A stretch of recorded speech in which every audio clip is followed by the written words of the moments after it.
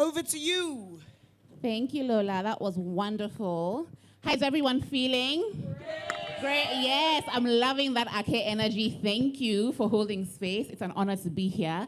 I'm going to start by saying the obvious. Go and buy these books. Yes. In fact, I wish we could stop and have everybody go buy them and then come back into the room, but I want to honor the time. It's an honor to be here with you both. I'm in awe, and I'm so excited about this conversation. So I'm going to jump right in. So I'm going to start with you, Xaviere. Could you tell us briefly the journey to this book, to getting it out, and then end your answer with reading an excerpt from your favorite part of the book? Hi, everyone. Thank you so much for having me here. And Lola, thank you so much for inviting me. I'm really grateful. My name is Xaviere. You complained about my name starting with an X. Yeah, I'm from Cameroon. Cameroon is a Anglophone country. So Xaviere is a French name. So I've been just a little bit about the journey behind this novel. It's my first novel.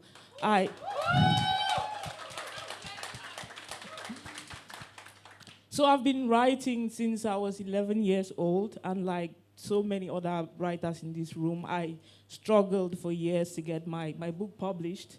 And I think I almost gave up at a certain point. And during COVID, I was in a really dark place. That's when I started writing this book. And the book was not meant for anyone to ever read it. It was just something I was using it as therapy for myself, because it was during lockdown. I was at home alone, and I needed something to try and fight, I don't know, just to get over the things that I was feeling. And I started writing this book. It was a short story. It started out as a short story. And I have this friend. She reads everything I write. So I sent it to her, and she read the book, and she was obsessed with one of the main characters, Fatima. And she's like, you need to send this book somewhere. And she sent me a link, and I applied to this prize, the Pontas and J.J. Bola Emerging Writers Prize. And I even forgot, I did not think I was going to win, because I'd already almost given up hope at that point. And surprisingly, I got an email telling me that you've won. And yeah, I sent like I said, it was just two chapters. It was a short story. So we were required to send in the first 3 chapters and a synopsis. So I broke the story up into 3 chapters, and I sent it. So after that, I was tasked with turning it into a full manuscript. Yeah, so that's how I... Thank you. This is an award-winning panel, by the way. But do we say? Okay, could you please read an excerpt from your favorite? The favorite part, or the part that kind of poured out of you naturally? So the thing is, I don't have a favorite part, but I remember I really enjoyed writing the beginning. So I'm just going to read from the beginning. I can't remember a time in my life when I wasn't running from something. A lot of the times, it's this town I'm running from, afraid that I will become rooted in field in a part of Cameroon where nothing and no one ever gets out. I fear that this town will turn me into something I'm not, ordinary, a creature existing for the mere purpose of surviving. I knew from an early age I was different. My daydreams were unwanted. My prince would walk down an aisle only to turn into a princess as he reached me. The audience, previously cheerful, would shake their heads disapprovingly and walk out. But I was dazzled by the shapeshifter before me. These were deviant fantasies, something that had to be kept a secret, something that would go away if I focused on thinking normal thoughts. That's when I started to wear masks. I had one for every occasion. But the mask I wore the most was unproblematic, obedient, well-behaved. I even let my mother pick out a personality for me. Wear this, walk like that, people will talk. I lived in perpetual fear of becoming a disappointment. I would have kept on living this way, resigned to a life of hiding, had I not met you, Fatima.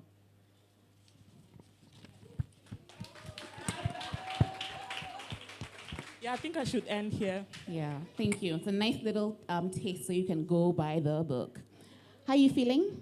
Good. We had a conversation this morning and we're talking about nerves and how doesn't matter how many times you do this, there's always some nerves involved, but you're looking very calm, cool, and collected. Thank you. So same question. Tell us about your journey to writing this incredible book and then end with an excerpt. Thank you so much for being here to everyone, and thank you for inviting me as well. It's my first time at Ake, so I'm glad to be here. So for the journey to writing this book, I started writing this book in 2018. I was doing my internship at a hospital lab, so that's when I came up with this idea of August. It was an unpaid internship, so I didn't even have data. I didn't have a laptop then. I wrote the book on an 80 leaves notebook with pen. Yes, with hand. And I actually still have the original manuscript with me. And I always look at it and it's like, it feels good to, for that journey to kind of get all the way to where it got to, or where it's gotten to. And so writing the book that way was very difficult. There were even some times when I would have to scribble down gibberish, like in a place, because I don't know what I'm thinking of, and I don't have access to internet to browse it and write it down.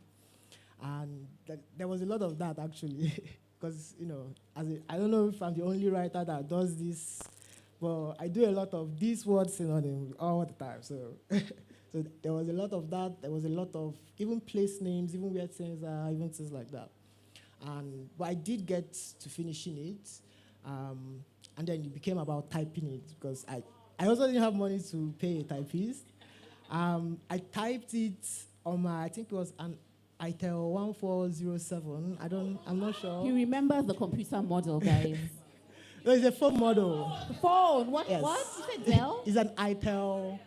I think 140 something, and it took a lot. It took a while because this when you're typing on Google Docs or when you're typing on even Microsoft Word, the longer the document goes, it starts to hang.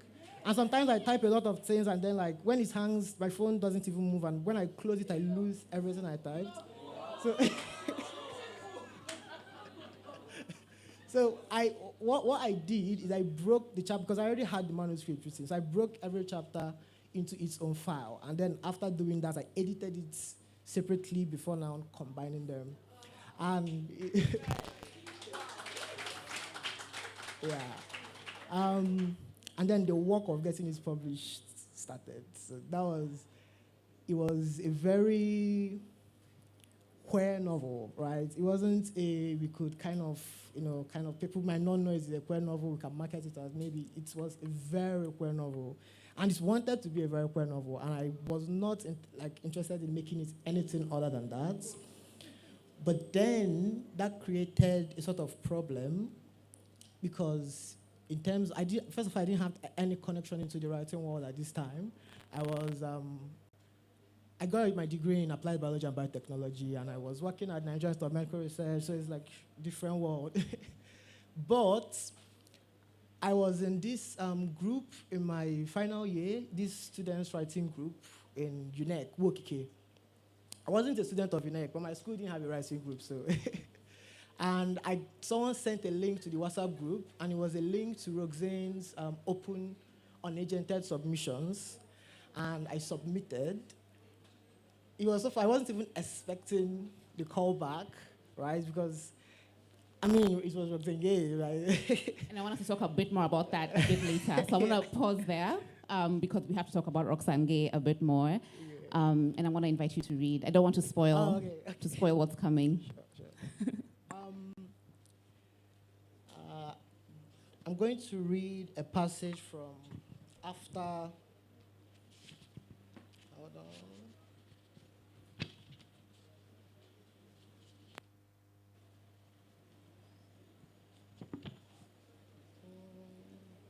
Sorry. Can I take this?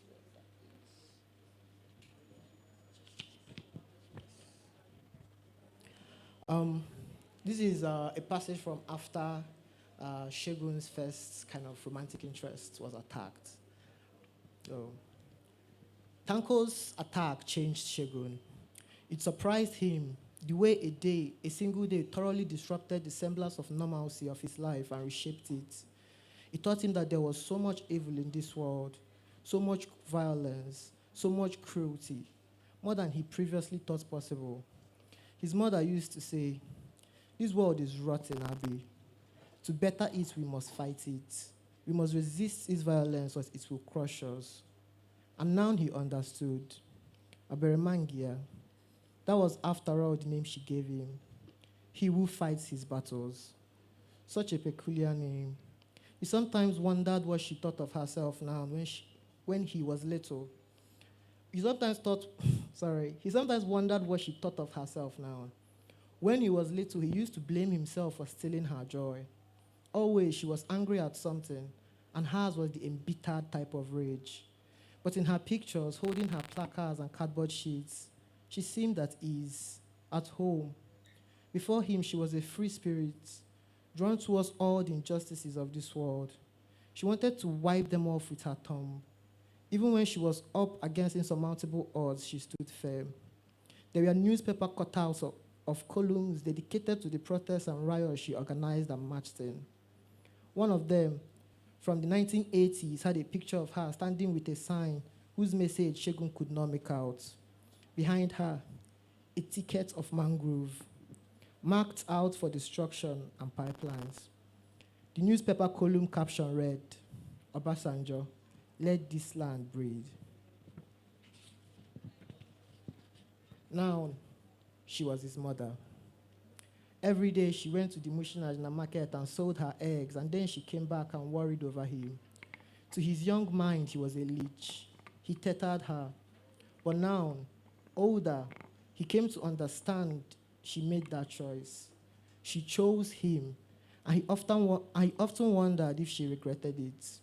He thought, too, of how much more he would love himself if she had given him some of that courage that fueled her through her youth.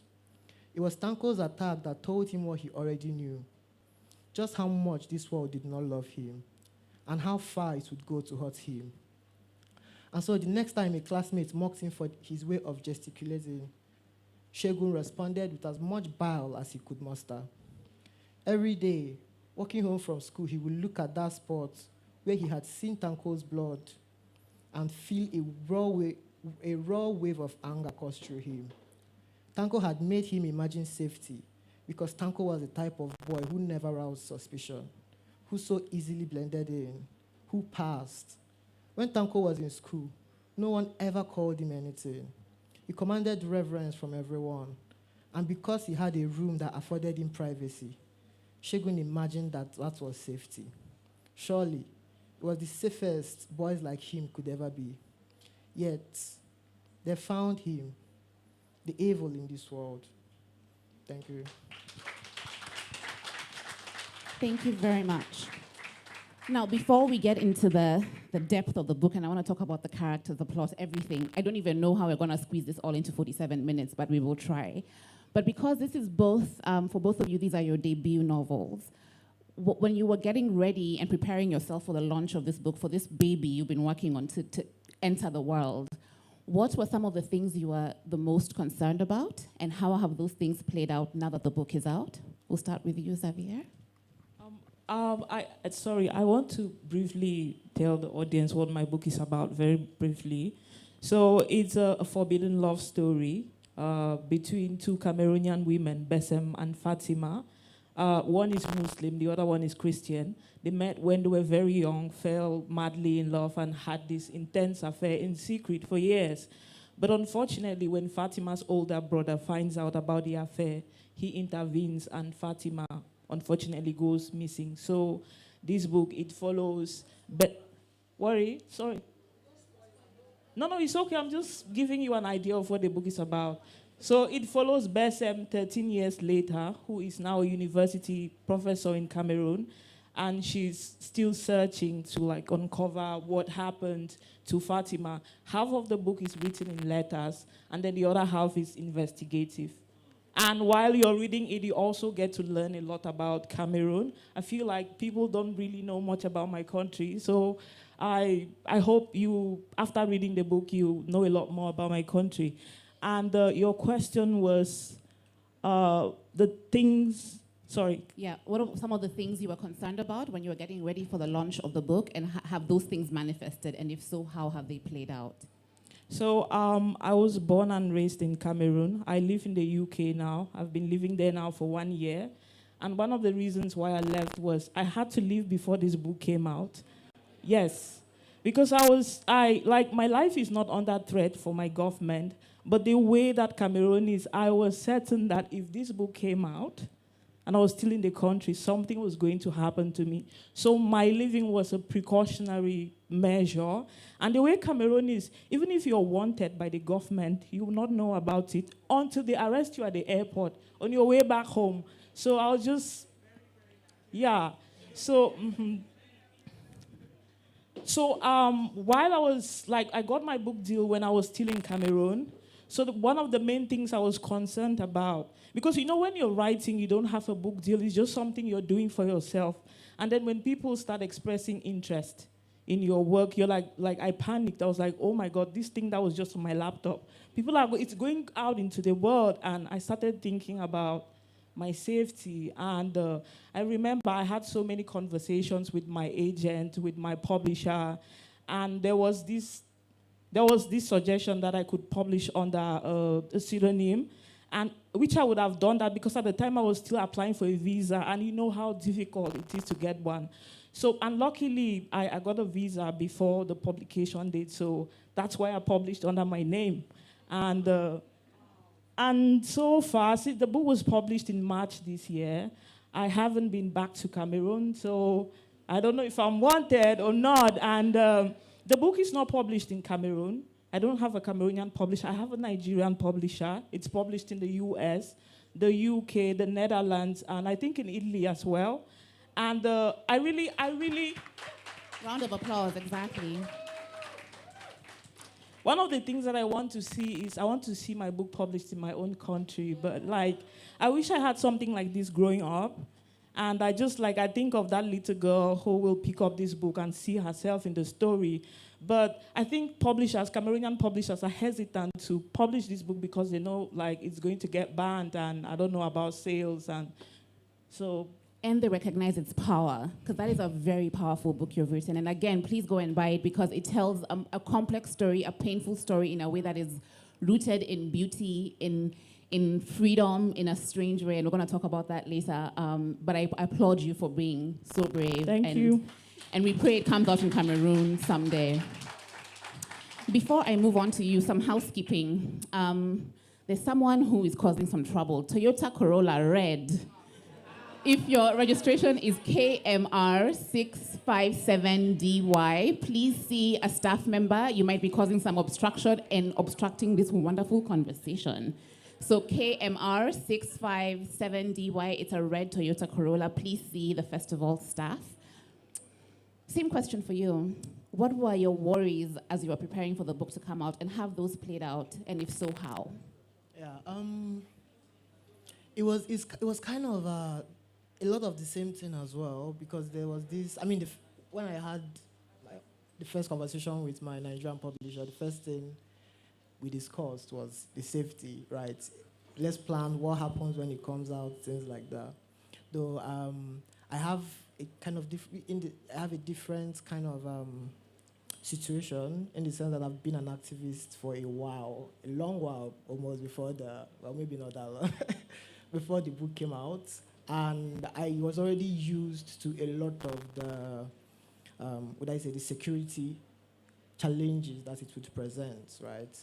I think when the book was coming out, that kind of part of the fear was that the book wouldn't be available in Nigeria, right?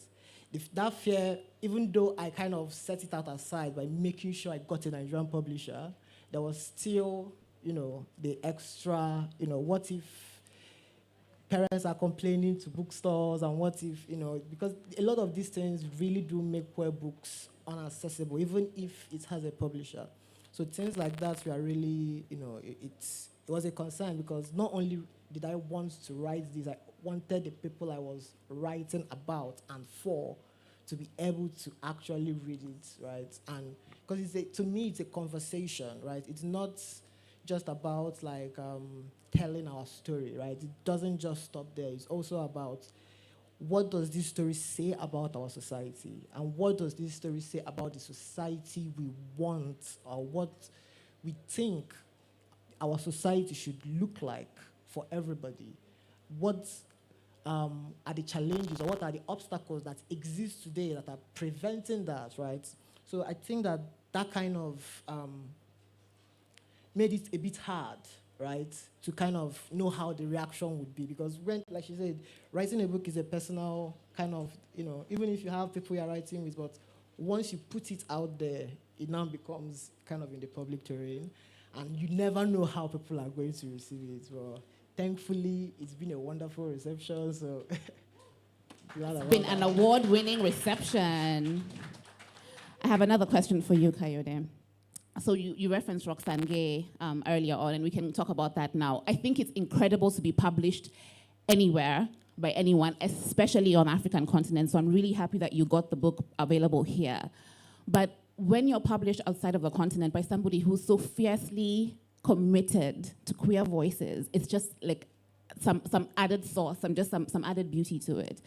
So let's talk about Roxane Gay and how you found each other. You started telling us that story earlier. How did you find each other, and what's been the journey like working with such a force?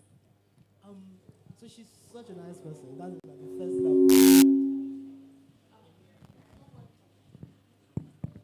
So yeah, I think it's working. Yeah. So the first thing I'm just going to say is Roxane is such a wonderful person. When she finished, when I got the email back that she really liked the first 3,000 words, and can I send her the full manuscript, I had just found out that the book won a manuscript prize, and from that manuscript prize, I'd gotten an agent, right? And I'd also gotten a laptop as well from the agent. And so when you open the book, the actual like entire manuscript on a laptop, there's so many errors you see there. And I researched Roxane and told her, oh, I'm so sorry, I actually wrote this on my phone, and like, can you just give me a few days to like actually read through it and edit it? She was so kind about it. She even gave me a technology grant like for the laptop, and it was such a wonderful thing. And then going to your question, right? Not even just the commitment to queer voices, but also the commitment to global South and marginalized voices. Because one of the biggest fears I had, like having my first publishing deal be from America or from the West, was that they would try to kind of edit it down for the American audience, so to say, right? Because everyone I read has been like, it's such a Nigerian book. I'm like, it's about Nigeria. Like, I don't know what else it's supposed to be like. So that was a major like concern, which was like every edit she's giving is completely up to me. And even if I want to push back on, say, for instance, something like, as an example, she was like, what's timetable, right? Like, what do Americans call like their schedule for exams? Like I don't know, So things like that. And even then, right, there's still, because even if I want to say, let it be scheduled in the book, it can't be scheduled in the dialogue. Like, that's not going, you get kind of thing, because nobody says schedule. And she was so wonderful about that, and even encouraged it, because I went in ready to fight, ready to be like, no, I'm putting my leg down, no, I'm not. She was like, and because of that, it also gave me like the freedom to openly listen to every edit, because I never felt like I was trying to be kind of translated from a Western audience, so to say. So it's been a wonderful experience. I consider myself lucky as a first-time author that Roxane is my publisher. I always tell everybody this. So yeah. And not only were you published by her, you were the first book in her imprint. So she chose you first. Yes. That's. And it's deserving, because it's an incredible book. Xaviere, you've structured this incredible book into letters, partially, and in fact, when you're reading it, they're so close. The combination of the letters and the fast-paced narration makes the story so close that I'm actually even struggling to look you in the eye because I feel like I'm having affairs with all of your characters because those letters were for me. The one for Fatima, they were for me. And I wondered when I was reading it, did it get too close for you? Because there are moments of real violence and real hurt and real pain. And when we're reading all of the romantic moments, it's fine. But when you come to like that scene when they went to I'm even tearing up thinking about it, but when they went to the homestead, writing that must have broken you. So did it get too close for you at some point? And if so, how did you navigate that? Yes, like I said in the beginning, I wrote the book like during a very dark time of my life, and it was therapy for me. So I was just like, I was crying on the pages, and I think that's how I was able to.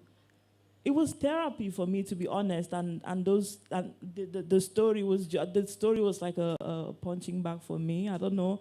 I was releasing so many things, and the letters. When I started telling the story, I did try to tell it through first person, but it felt dry to me. I wanted something more intimate. And I really love handwritten letters. I was in secondary school in the late 90s, early 2000s, and letter writing was very popular at that time. And I think that's where I fell in love with letters. And I think that letters are intimate in a way that modern ways of communication are not. So, and like I said, when I first started doing it in first person, it felt too dry for me, and I had to do it. I tried the letters, and I was like, okay, yes, this is what I'm looking for. It feels like I'm speaking to Fatima. And I don't know if there's anyone in this room who has read the book. Fatima. Hands. Okay, there's a few. Fatima is so hot. To put it simply, she is so irresistible that, straight women in the book, they question their sexuality in her presence. That's how cool Fatima is. So, and when I was crushing the whole time, I was creating her character, which is insane because she's a fictional character. And and I think the way I structured her character, it was, we all have a dream person in mind, even though we don't usually end up with that person. We know how we want them to look, how we want them to act. I think in a way, I was giving Fatima, I created Fatima as my dream person. And I'm so, people read the book and they feel the same way, and I have no words. Yeah. Well done. I have a massive crush on her as well. And also because she's a fighter. Yes. She's one of the characters who fights till the end, and that's such a redemption for books that often can take you on these journeys of pain and redemption, but she fought till the end, and that makes her even sexier.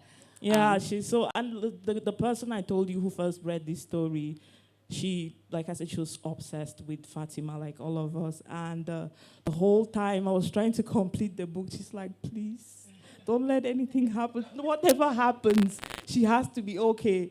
And yeah, Fatima is something. And her character is so present in the book that if Besem is the one telling the story, but she struggles to be present in the book because of how alive Fatima is in the book. And I struggled with Besem's character because I had to make her shine because Fatima is just too bright in the book, and I really had to fight for Besem. Okay, so now I have a follow-up, which I'm also going to ask you. So what, of those two, Besem and Fatima, who are you most like? Who's the character closest to Xaviere? And you could also answer. I would say Besem, but not completely. I think Besem is, she's like me in just like a few, just let's say 20%. And how is, because there's some things I've always wanted to say to the world. I think I used her character to say those things. Okay. That's how I would say she's similar to me, but characteristics, and I really don't think she's. I did not base her character on me. But it's difficult to write a fictional character without borrowing some things from yourself. Absolutely. Yes. Absolutely. What about you? Yeah, so just following Shagun, from that, August? yeah, it's very difficult to know what percent of or who I most see myself in. I would say that writing Shagun was um, kind of inspired by my experiences in school. I was also openly, I was also openly poor in university, and I was an activist. Oh, you can't hear me? Is it better now? Sorry about that. So it's the attacks and the everything, and also the activism as well, because again, I've been an activist since I was in uni. So that part, right, was very close to me. Even his relationship with his mother was also very close to me as well. But then August's kind of relationship with his mother was even more closer to me, if that makes if that makes any sense. Because I lost my mom when I was 16, just 2 years before I started writing the book. And so that kind of loss, basically, that kind of, I literally don't even know what my life is for if what you want is not heavily factored into it, right? And so in that way, it was a lot of this, was a lot of that. Even August's sisters, we are kind of like a meta for my mom's sisters. My mom has 4 sisters, by the way, not even not 3, so it was like even more than that. And I became close to them after she passed as well. So they were like, went from having 1 mother to having 4 mothers, basically, which I guess mirrors Shegun's thing as well, and August's situation as well. So, yeah. Okay, I love that you brought up August's sisters, because they were going to be my next question, because these women triggered me a lot. I have one brother, and he's the only boy in a family of 4 girls. So there are these things in Kenya we call Kikuyu princes. And my brother is a Kikuyu prince, not because he wants to, because we coddled him, and we've really we treat our men like eggs sometimes. And August felt that kind of character. And his sisters really, I kept asking, I'm like, am I overbearing like this? And my brother is older than me, but still it felt like I was reading myself. So I really wondered what inspired his sisters, and you've kind of answered it. But I also want you to speak about the thing about August and his sisters is that it made me see the pressure we put on our men. So here is August, who's had loss of his own, and somehow he's expected to toe the line and carry all of the responsibility of his family, even if he has his own struggle. So unconsciously or consciously, we put this pressure on our Augusts, all the Augusts of our life. And I wondered if that was something you were intentionally wanting to communicate, or did it just happen kind of incidentally? But yeah, let's talk about the sisters a bit more. So it's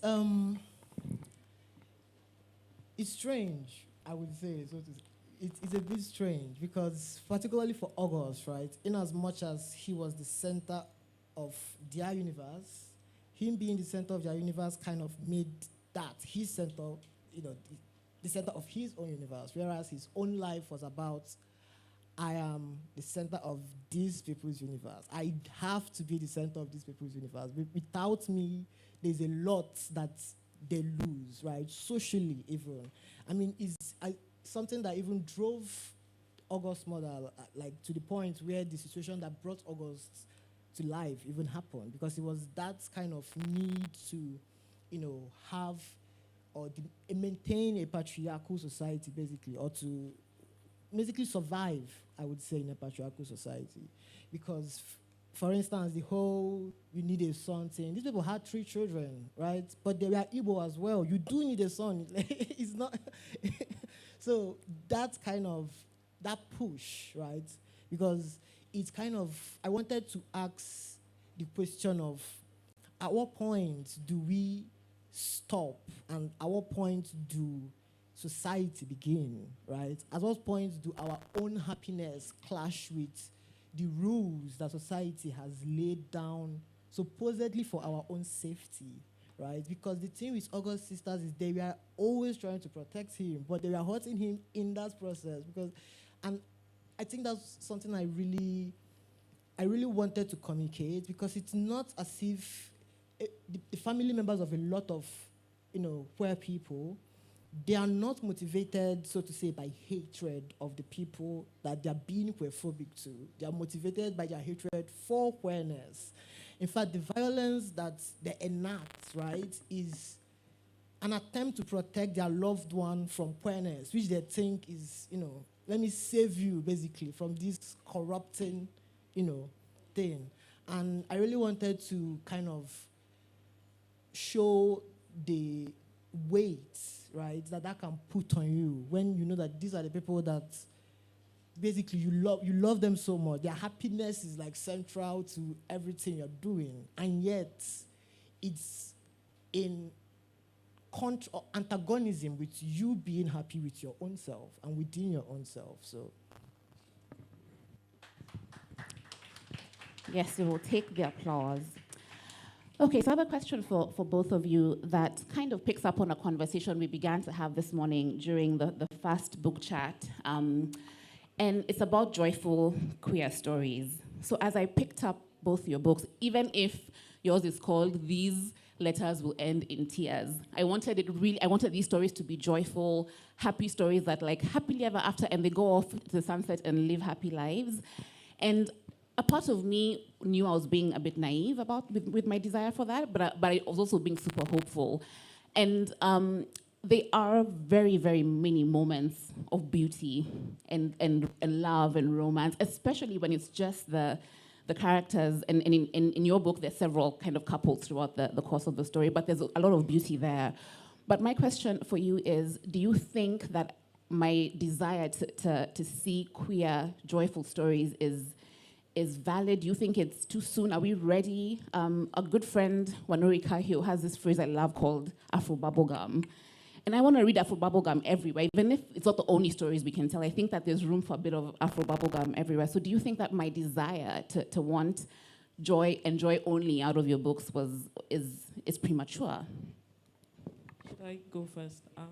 Yeah, I think your desire is very valid. You're not the only one. I think a lot of people in this room are tired of, the queer stories that only have bad endings. Personally, I'm tired of that. Every movie, every book, it has to end in tragedy. And the way queer African stories are told most of the time is they paint being gay as a problem, something that needs to be corrected. And I think what I did in my book was I grew up in a place where homophobia is very rampant in Cameroon, and I've never once heard someone say anything positive about being gay. And I remember when I was having conversations with my friends, they would say, I tried a couple of times to say something positive about the LGBTQ community, and I saw the way they turned and looked at me, and I was like, okay, I need to stop now. So I think honestly, I think a lot of the homophobia comes from ignorance. I think it's because it's just one side of the story that is being told. I think people that's what the pastor tells them in church, that being gay is bad, and they go out into the streets and they act on this information that they got from, say, church. And I think I thought the one of the reasons why I wrote this book the way it is because I wanted to tell the other side of the story. I was hoping that, well, if it's out of ignorance, I was hoping, and like you said, there's some very beautiful moments in the story between Besem and Fatima. That was just me. I was trying to paint this picture, the love so beautiful between two people that after you read the book, you decide for yourself if this thing is bad or not. Because I don't think if you experience something like that, you still feel, and I don't know. I feel like most the homophobia in Africa is based on ignorance, and that's what I was trying to correct in my book. I hope I answered your question. I think so. You did. Thank you. What about you?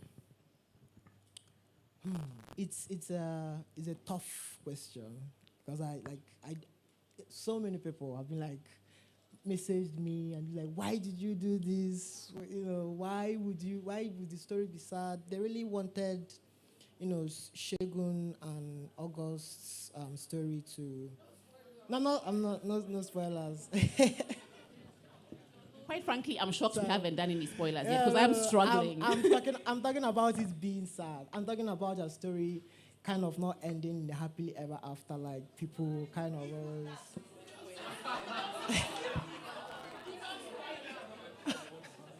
Okay, I'm sorry. This is my first festival as well. I'm a newbie, so thank you. Yeah, but it's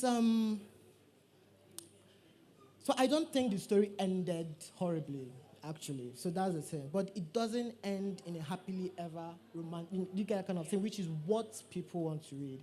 Because they want to kind of imagine that place of joy and that place of happiness being like, basically end it in a feeling that can create the necessary escape that a lot of people come to fiction looking for.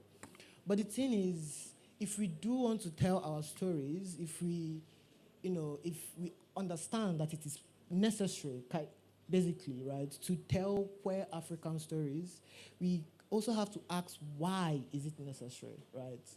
If that answer goes towards the situation of African queer people in Africa, right, then it basically kind of answers the question in a way, right? Which is that our stories, and I think Abida also gave a very similar answer as well, which is we have to be honest in literature, right? But just like you said, it doesn't have to mean that the story itself ends badly, right? Like I said, I don't believe that the story really ends that badly. But but there's also a lot of beauty in it as well, and there's a lot of joy as well. And I also wrote, it was just like therapy for me as well, right? An escape even, because I was facing a lot of the things that Segun faced in university while I was writing this book. And I didn't have an August. I didn't even have an August mother. My siblings weren't even, I had even way less support. And it was quite hard. And which is why it was very important for me to also find a happy place. It's also a dream of, okay, if I had the chance to give August, if I had the chance to direct this, even in the situation that we have now, right? Even in the political context of Nigeria they're living in, how would I inject joy in their life? How would I want joy to be injected into my own life? And so that's how I try to write it. I wouldn't even call it a balance because I think that that's just life. There's all of it. You are never really only happy or you're never really only sad. And you never really have an ending, this is happy, it has ended, right? It's that continuous journey and it's that story itself that kind of, is there. So thank you. Can I say something? I'm working on a lesbian romance novel with a happy ending, so I hope, yeah. Yes, that is an Arcade Festival exclusive. So this book is also an education into both your countries, into the big moments and the small ones as well. One of the things I truly enjoyed learning about from Audrey was about this tension that has existed in Cameroon between Anglophone Cameroon and Francophone Cameroon. So could you just tell us a little bit about how that manifests today, all these years later, just in whatever scope you want to touch on? Okay, so Cameroon was, at one point, we were colonized by the Germans, and then they passed us over to the French. The country was divided into two. Say 80% of Cameroonians today are Francophones, and then 20% is Anglophone, and among Anglophone. And they say Cameroon is bilingual, but as an Anglophone, I think it's a Francophone country because they've tried in so many ways to oppress us, and because we're the minority, we don't really have a voice. For example, there are certain jobs in Cameroon that I cannot have because I'm Anglophone. I don't have godfathers there to get me in. There are certain schools that we struggle to get into because we speak English. So it's like that. And it became a point where they were even trying to very strategically eradicate English from Cameroon. They were doing it very cleverly, but it backfired because we noticed. And there's a civil war going on in Cameroon now because Anglophones said, we've had enough. You're not going to treat us as second-class citizens in our own country. And it started in 2016, and we've been fighting ever since, and it's getting worse. Things are not getting better, so it's really, Cameroon is not in a very good place right now. Thank you. And that's why it's so important that we write, because this kind of nuances come out in our fiction and often in ways that we can't depict through journalism and nonfiction. And just Audrey saying a few things, I think you just mentioned that we were talking about these tensions, and I was just like, what tensions? And I went down a rabbit hole, so thank you. I'm getting prompted to start the Q&A, but before I do, when I was having this turmoil with myself about joyful queer stories, I asked ChatGPT, please give me a list of 10 queer joyful stories. And do you guys want to hear what it told me? And then maybe we can vote if these are joyful enough or not. So I asked, give me 5 joyful queer African stories. And it gave me 5. Collective Amnesia by Kole Kaputuma. Under the Udala Tree by Chinolo Okparanta. Is that joyful or no? No? These views are not Ake Festival views. But they're the views of the audience. You made a fool of death with your beauty. No? The death of Vivek Oji. How is that joyful? And the 5th one, which I haven't read, according to ChatGPT, is joyful. The Fairy Tales for Lost Children by Dirie Osman, which is a collection of short stories that explore the lives of Somali gay and lesbian individuals, and that's supposed to be joyful. So I think the whole point is decide for yourself where your joy lies, because sometimes ChatGPT ain't it. Do we have questions from the audience? Oh, many. Okay, so I'm going to try and pick people who I haven't heard speak today, like this gentleman in the front, and then we'll go there, then we'll come to this side. So in the purple. Dashing in purple.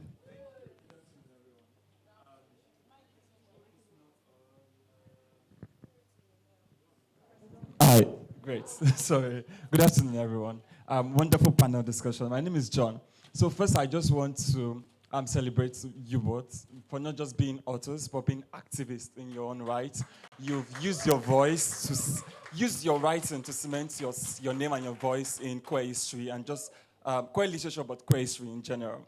And also, I want to, Xaviere, you're a brilliant salesperson. Listening to you, I am burning to read your book. And I hope publishers in Cameroon are brave enough to publish your book. It's my prayer that they will be inspired by, the feats of your book in Ake Festival, meaning every book that the reader has brought here will be bought. Please buy the books, so they will also publish. So my question is the character-based question. The first one is, which characters, for both of you, were your hardest to write and why? Secondly, were there any fights to distance yourself from writing the book?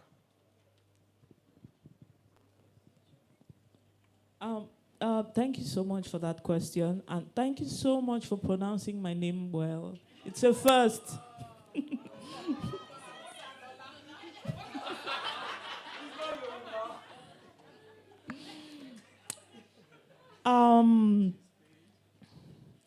The hardest character for me to write, I think I've already answered this question, was Besem, one of the main characters. And the reason why I struggled with her character is because the other character, Fatima, she's everywhere in the book. So I had to go out of my way to make Besem make her character just as powerful as Fatima's character. And about trying to distance myself from the story. Yeah, I think that's something that most fiction writers struggle with, because I think I have a lot of respect for people who write non-fiction. I think it's a very scary thing to do, to put yourself out there like that. So, and I think that's why I got into fiction. I'm not brave enough to talk about myself like that. So the whole time I was writing the story, I was fighting so hard to not make the characters look or sound like me. And I don't think I succeeded, to be honest. But I tried my best. Yes, I would say Shego, by far. by far. Yes, and I think the reason is a lot of the stories, a lot of the experiences Shegun was going through was situations I was still experiencing at the time, because I started writing the book while I was doing my IT, but that lasted for 6 months, and then I came back to school. So it was basically very present, very real, very like raw, so to say. And there was always that, like, particularly with the activist direction that Shegun kept going towards, that I had already invested so much of myself into this one character that I just couldn't even, it was almost like I was grounded down to a horse. Like, I cried so many times writing Shegun that, like, and I was writing on paper, so like when you are crying, you have to stop. You really can't continue writing when you cry. So it was quite difficult, but I feel like because of that, he's also the closest to my heart as well. So yeah, thank you for the question.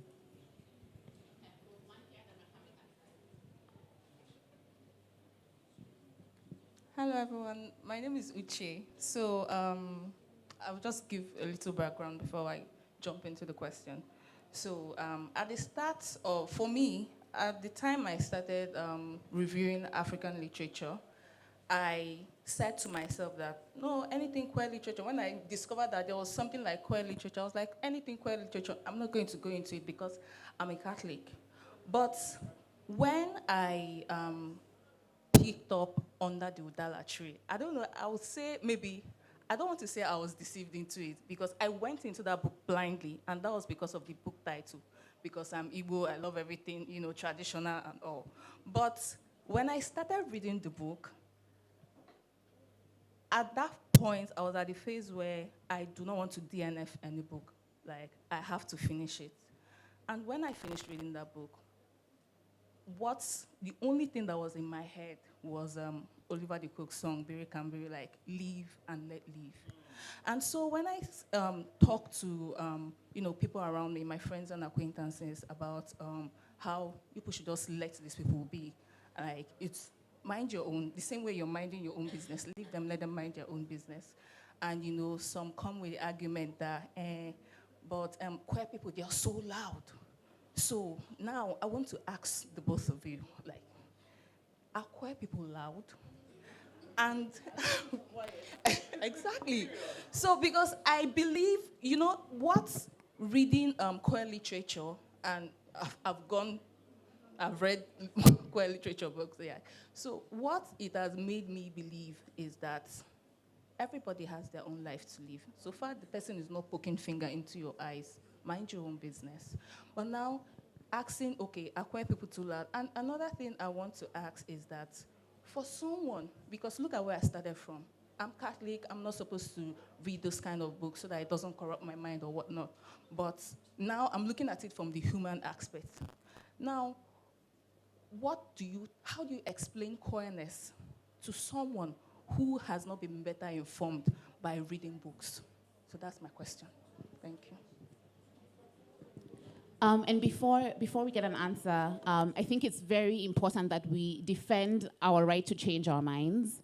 And that's what literature can do. It allowed you to change your mind. So I applaud you for being brave enough to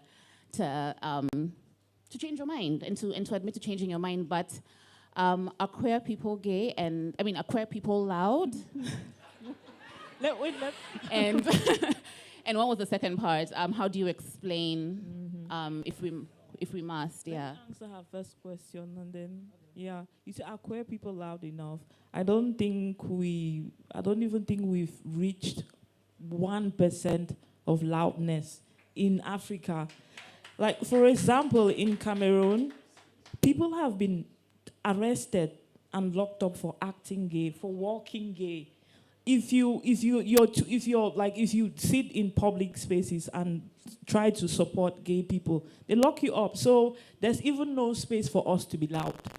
In most, I like to say most African countries, because there are some countries in Africa who are very progressive in terms of protecting the rights of queer people. But in my country, there is even no space to be loud, seriously. And I feel like that is where, like, I mentioned something about ignorance before. Like, how are people going to change their minds about something that they don't have enough information about? I don't know if that even answers your question. It's a very complicated question you asked. Yeah. So for the first one, are queer people loud? My answer is we are fighting for our right to be way louder. Right now, we are fighting for our rights to be way louder. And I think that if that leads me to the second one as well, which deals with explaining queerness and things like that. Because like when we ask even questions like are queer people loud, right? It kind of puts a question mark behind the live and let live kind of issue, right? Because the thing is, people don't live and let live, and because of that, we are existing in a situation where the elephant's feet is already on the mouse's tail. That is the starting point where we are now, right? So it has to be, what do we do to get this elephant's feet off this mouse? How do we combat oppression against queer people in Africa? How do we make Africa safe for Africans? I think that's the question we should be going forward with, right? As opposed to are queer people. Because if you start asking are queer people this, obviously the elephant's feet is still literally right there. So we should be asking, why is this feet, why are you stepping on Mr. Mouse? So that should be, yeah, so that's, I hope that answers your question. And I'll just add quickly, don't explain, just give them these books. Just give them these books and they'll have their own education. Okay, one question from this side of the room. We must just honor the award-winning question asker. I really just love learning, honestly. Like, I just love learning. So this is a bit of a general question for both of you. Might come off a bit bleak, though. So I'm queer myself, and I love writing. I love to learn about writing. So this question is, do you ever worry, now that your books are out, that your books might possibly land in the hands of the wrong people, and that might cause because, word of mouth, the same way positive word of mouth spreads from read this queer author, read this queer author, read this queer author, it can also lead to this is a queer author, don't put your book in shelves. Do you worry that now that your books are out, it becomes not just a thing for your books, but your name, which are fixed onto the books? Should I start? Yeah. Okay, yes. I'm going to start by saying I've been a queer liberation activist for way before I even started writing the book itself. So I was already known as a queer activist before the book. And so that kind of already changes the dynamics a bit, particularly with the safety, because I already been attacked. I already had to deal with a lot of security, stuff like that. I already convened campaigns, even fighting for queer rights. I've had a fiscal protest organized in Abuja, things like that. So it's because of that, the security considerations were kind of secondary, and also things like people seeing your name attached to it. It's like, you already know this. Like this is not new information. So it was way easy. It was an easier decision for me. In fact, it wasn't even a decision at that point because just like. Yeah, sure. You said that am I worried about my book falling into the wrong hands if some people refuse to put it up on their shelves. I don't really care about that. I feel like my book will find the people that it's meant for. If you don't want to put it on your shelves, it's fine. Seriously. There are people who love this book for what it is, and they will make it go where it needs to go to. I have 2 minutes. I want to take one more question. Yes, in the back. And then, so one last one, then I'm going to round this off. Also because this session was an hour, not an hour, 10 minutes. So I feel like I've been robbed of 10 minutes. Mm-hmm. Yes, we can go 5 minutes over. Thank you. My question is for Xaviere. Yes, thank you. I said it right? There you go. So Xaviere, I was just saying that you had made a point that I found interesting, that Cameroon has been at war over language since 2016. And I was saying that across the continent, if you look at most of our language wars. They've been ethnic. So if you take the Rwandan one, it was the Husis and the Tutsis. If you go to South Africa, it was Musih as against Afrikaans. So I found it interesting when you said that, but in Cameroon, it's English versus French, but Cameroon is African. So I'm wondering, where do your, I don't want to say local, but where do your indigenous, your indigenous languages sit within this war? Thank you so much for that brilliant question. So we have over 250, you said we should not use the word local, dialects in Cameroon, over 250. And I speak a language called Bicom. And I think the French and English are the official languages in Cameroon. We've never fought over our own languages. We're fighting over two languages that don't belong to us, and it's really sad, to be honest. I speak about this thing, and I say Cameroon is fighting over French and English, and I'm embarrassed to say that, but seriously, it's what is happening. Even if it makes me feel ashamed that I'm fighting for English, and there is like this whole history of oppression behind how we even came to be speaking English and French, yeah. So it's really something to, yeah.